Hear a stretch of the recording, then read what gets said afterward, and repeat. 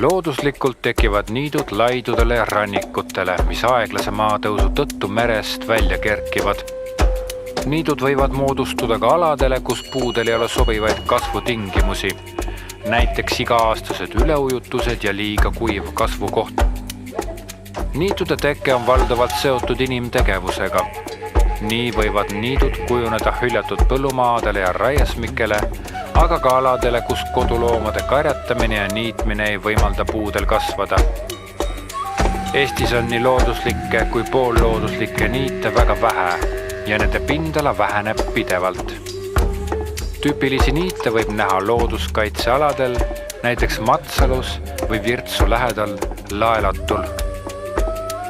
Niidutaimed annavad toitu ning varju paljudele pisikestele loomadele, putukatele, ämblikele, närilistele ja ka lindudele. Inimene kasutab niite loomade karjatamiseks ja neile sööda hankimiseks. Tänapäeval püsivad niidud vaid seal, kus toimub pidev niitmine või karjatamine.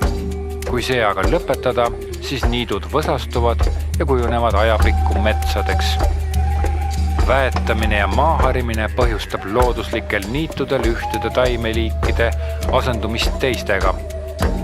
Nii näitavad niidul kasvavad taimeliigid üsna täpselt, kuidas inimene on niitu eelnevalt kasutanud.